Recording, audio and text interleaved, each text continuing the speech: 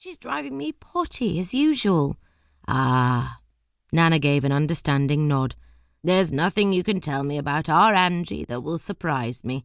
Remember, I've known her a lot longer than you have." She winked. "What is it this time?" "She's writing her memoirs," said Lottie, rolling her eyes so hard she feared she may strain something. Nana chuckled, not looking up from where she was deftly chopping pecans. "Well, if anyone has plenty to write about, it's my daughter." How did Nana always seem to see the positive in everything? "Yes, but she keeps ringing me up and reading long passages over the phone. And—" Lottie paused. "It's terrible, Nana." Nana reached out and gripped Lottie's arm. "It is upsetting hearing about your mother's life." "No, it's not that. It's the writing. It's truly dreadful," said Lottie with a giggle. A relieved-looking Nana joined in. "It's all lustful looks and heaving bosoms." Nana's eyebrows jumped. "You know what I always say." Lottie shook her head. Nana had lots of sayings and wise words, so knowing which one she meant would be like trying to pick a book from a whole library. If it's not harming anyone else, then leave her be. "It's harming my ears," said Lottie with a sigh. The mental images it was conjuring up were the stuff of nightmares. And worst of all, Angie had only got as far as her 18th birthday, meaning there was a lot more to come. Lottie hung on to the hope that her mother would stay true to form, get bored, and move on to something else. Lottie added her carrot to the mixture. Nana sprinkled in some spices and added fresh breadcrumbs and some suet. Under instruction, Lottie added clementine zest and juice. Nana sloshed in some stout, followed by some brandy. "Right, you had best give that a stir and make a wish," said Nana, sitting down. "You okay?" asked Lottie. "I'm fine. Don't you worry about me. No use standing up when there's a good chair going begging." Lottie made a wish. It was the same thing she wished for every year.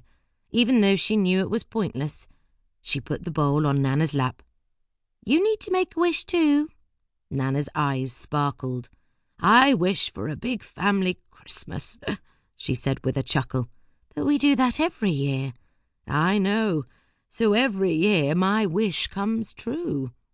Christmas at Nana's was sacrosanct, or, more accurately, nobody was brave enough to go against the force that was Nana and disobey her orders to attend, which meant every year without fail, Angie, her brother Daniel, their partners and offspring, would descend on Henbourne Manor for the festive period.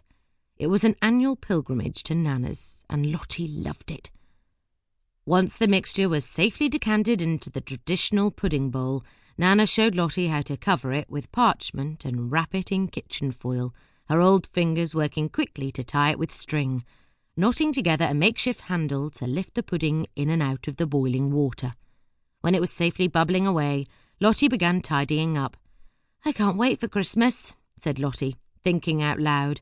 Whatever had happened in her life, Christmas was a life raft of happiness she clung to every December. "Nor me," said Nana with a yawn. "Why don't you have a lie down, and I'll finish up here?" Nana stood up and gave herself a little shake. "Actually, I've got things to do. I need to get my Christmas cards written." She took off her flour-smeared apron. "That's a bit early." "No time like the present," said Nana. "Now, do you think you'll remember the pudding recipe this time?" "I think so," said Lottie, although she was hoping Nana wouldn't test her on it. "That's my girl," said Nana, giving her a floury squeeze. Chapter 1. 2 weeks until Christmas. Even the sight of great Uncle Bernard running over a few toes in his mobility scooter didn't bring a smile to Lottie's face.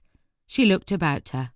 People of all shapes and sizes were dressed in black, with the exception of her mother, who was wearing a dress that made it look like a rainbow had dribbled on her and heels most people would need a ladder to get into.